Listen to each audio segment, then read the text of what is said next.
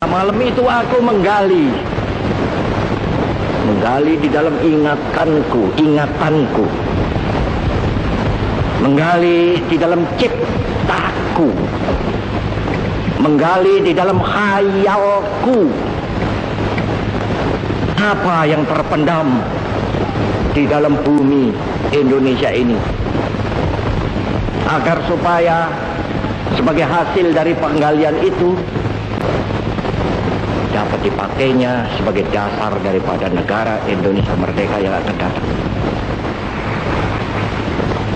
Sudah terbukti bahwa Pancasila yang saya gali dan saya persembahkan kepada rakyat Indonesia, bahwa Pancasila itu adalah benar-benar satu dasar yang dinamis, satu dasar yang benar-benar dapat menghimpun segenap tenaga rakyat Indonesia, satu dasar yang benar-benar bisa mempersatukan rakyat Indonesia itu untuk bukan saja mencetuskan revolusi, tetapi juga mengakhiri revolusi ini dengan hasil yang baik.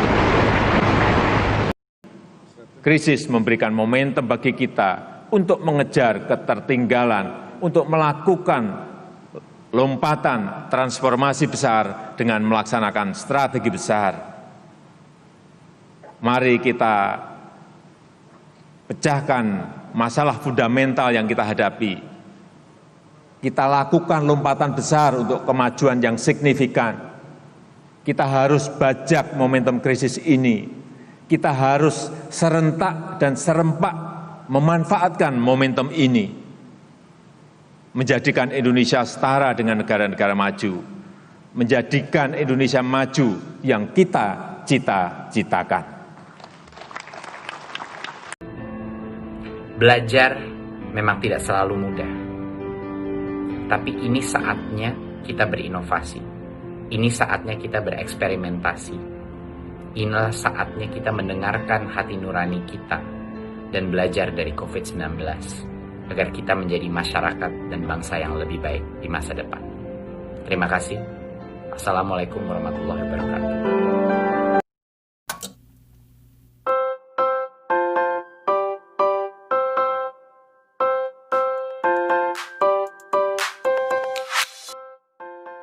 Assalamualaikum warahmatullahi wabarakatuh. Selamat pagi.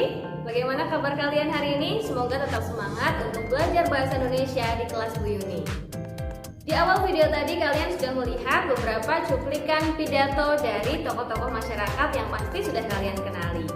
Tapi apakah kemampuan untuk berbicara di depan umum atau berpidato hanya harus dimiliki oleh orang-orang hebat ini saja? Tentu saja tidak. Kita sebagai makhluk sosial juga perlu belajar dan berlatih bagaimana caranya berbicara di depan banyak orang atau berpidato. Karena baik sekarang maupun di kemudian hari, kita pasti pernah dan akan diminta untuk berbicara di depan banyak orang, meskipun hanya di depan keluarga atau teman kita sendiri. Nah, untuk itu mari kita belajar lebih banyak lagi tentang pidato.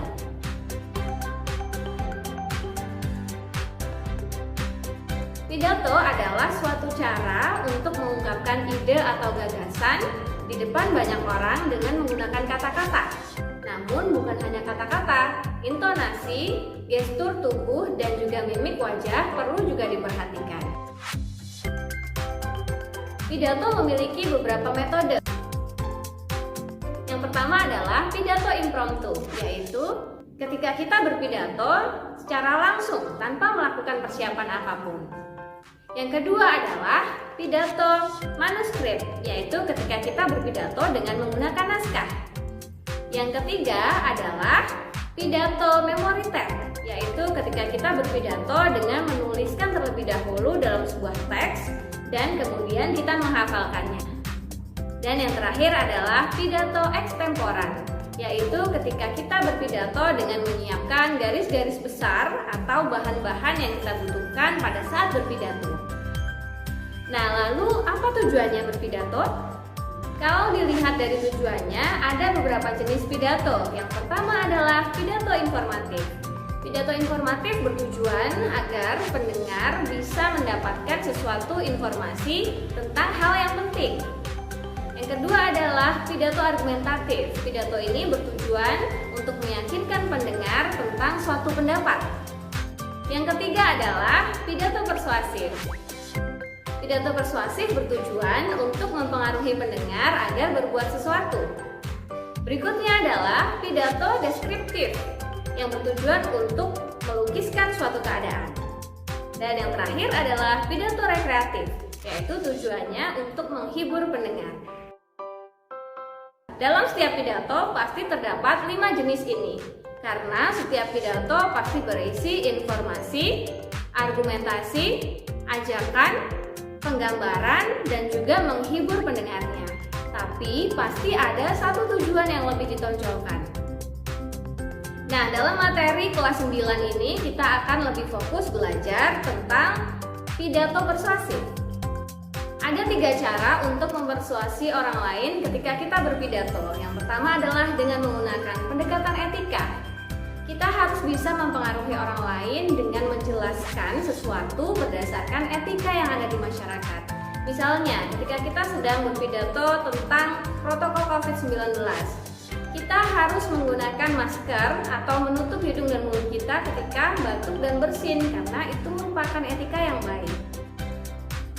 Yang kedua adalah menggunakan pendekatan emosi. Kita harus memilih kalimat-kalimat yang bisa menggugah emosi pendengar. Misalnya, dengan menggunakan masker, kita bisa menjaga diri kita sendiri dan menjaga orang lain. Dan yang terakhir adalah menggunakan pendekatan logika. Kita juga harus mengajak orang lain untuk berpikir logis. Misalnya, dengan kita menggunakan masker atau menutup mulut dan hidung kita pada saat batuk dan bersin, maka virus-virus tidak akan menular ke orang lain. Lalu, seperti apa bagian-bagian dan struktur teks pidato? Kita akan bahasnya di video berikutnya.